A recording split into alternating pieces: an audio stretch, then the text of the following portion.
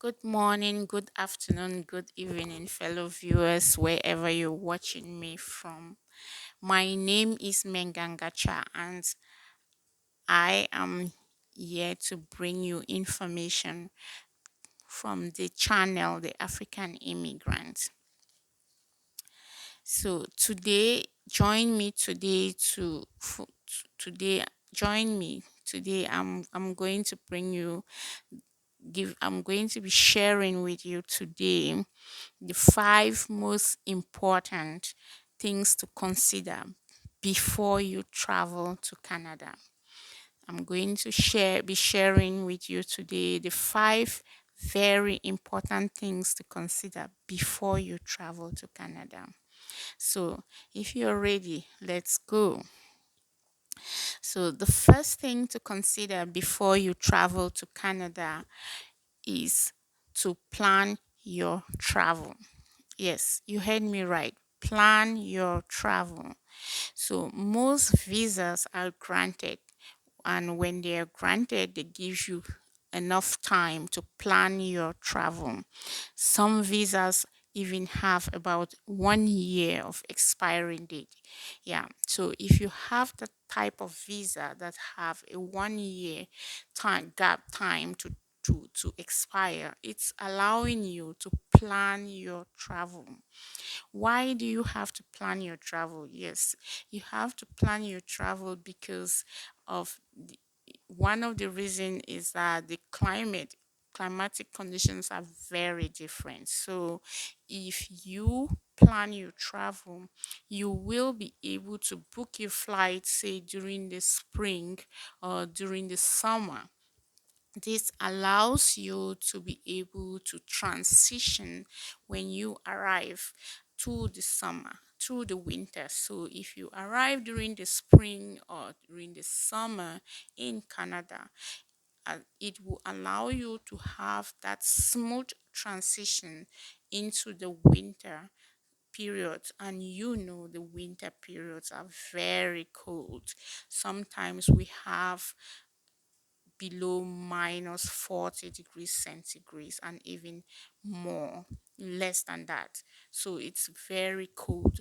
And as if that's not enough, we have it's coupled with snowfall of about 5 inches to 15, 20 inches of snowfall. So if you arrive at around the spring or the summer, your body will be able to transition smoothly to that unknown weather, to that harsh weather, and you won't be able to feel that harsh weather.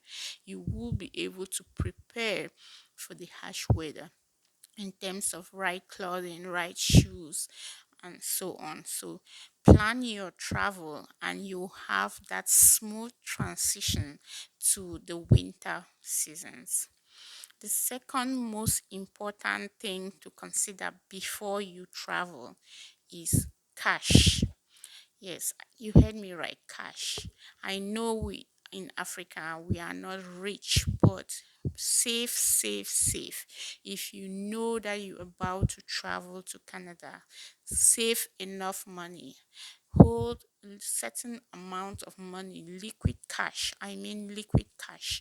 So it can be in the form of traveler's check or liquid cash, real cash to hold with you as you travel. This will allow you to say book a hotel if you miss a flight on the way. You'll be able to book a hotel room. Or if you don't miss a flight and you arrive safely to your location, to your city in Canada, you might use that liquid cash to say pay catch a taxi, pay a bus ride or a train ride. Those small expenses that you will need to carry out before you pick up a job. About the job, we'll do that. We'll touch about the job in a totally different video. But now we are talking about cash. Make sure you hold a substantial amount of cash with you before you travel. Most often, when you arrive as a new immigrant, you will need to open a bank account. Most transactions are done through your bank account. So, if you have enough liquid cash, you will be able to open a bank account, and you will be even able to sign a lease agreement for an apartment if you need to rent an apartment. And most apartment will require you to pay a caution fee, or even some will allow you to pay the first month of your rent before you stay in the house, before you given the key to live in the house.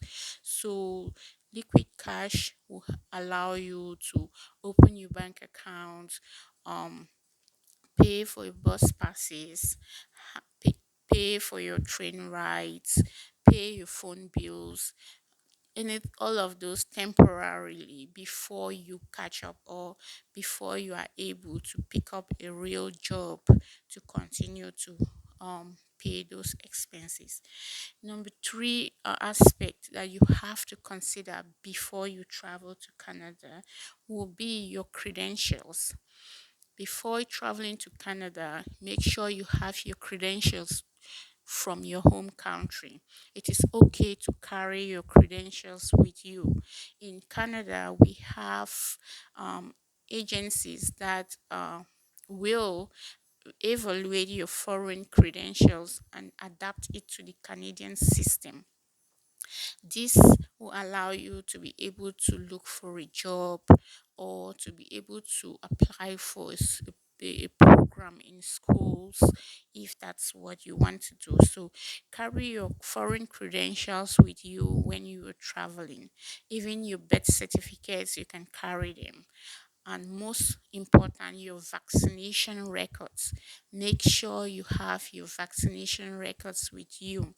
Not only the card when you take, like the yellow fever card that you will take about when you are about to travel. No, when I mean vaccination records, I mean your vaccination records from childhood, like your records that you had when you were a child. If you are able to lay your hands on those records, carry them along with you. They will show, they will prove that you've taken all those vaccines, like measles, tetanus, polios, and what have you. You know those, and I know most Africans always have those records. So carry your vaccination records along with you before you travel. The next very important thing you must consider before you travel is to have the addresses and phone numbers of the people or the family the, that are to receive you in Canada. So if you have a family, a friend, or anybody you have in Canada who you know will receive you at the airport, make sure you have the addresses and their phone numbers, because anything can happen. So if you arrive at the airports are usually very big, and the cities are all equally very big. So if in one reason or the other you can't find the person who is supposed to receive you with the addresses, you can pay a taxi driver, and the taxis will take you all the way to the address, to the location, or the location where you want to go. And so having the addresses of the family that you're going to is very, very crucial. Another reason why, and the last but not the least of the things that are very important for you to consider when you're traveling to Canada, is clothing. Have just a few clothing with you. So um have just a few clothing. The weather, again, the weather is very different from our African weather. So if you just a few clothing for the spring and summer clothing will be okay. When you arrive in the spring and the summer, you will be able to get clothing that will transition you to the fall and the winter seasons.